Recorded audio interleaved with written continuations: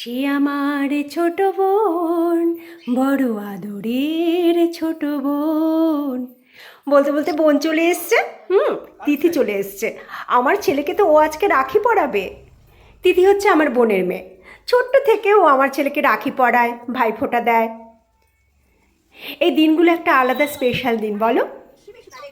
তিথি খুব তাড়াতাড়ি চলে এসছে, কারণ ওর আজকে অনেক অর্ডার আছে, তাই খাবে না আমার বাড়িতে।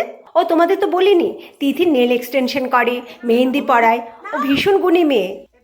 চলো এখন আমরা ভাই বোনের রাখি বন্ধন দেখি।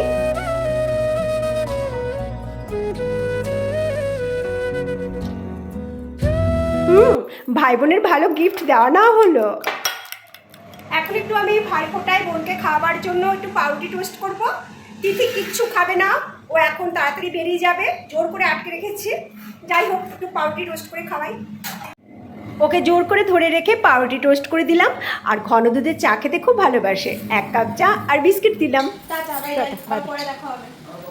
অবশেষে তিথি বেরিয়ে গেল, স্কুটি নিয়ে এসেছিল। আমার ছেলেও রেডি হয়ে গেছে, ওকে বেরোতে হবে। ও এখন একটু দমদম যাবে। ওর অনেক দেরি হয়ে গেছে বলে বাড়ির সামনেই বাইক উবের বুক করেছে। সাবধানে যাবি, তাড়াতাড়ি চলে আসবি।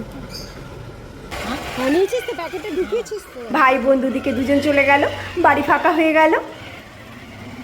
আমার ছেলেকে এবছর আরও এক বোন রাখি পরালো, কি মজা। ও আরশি আজকে অনেক দাদাকে রাখি পরালো।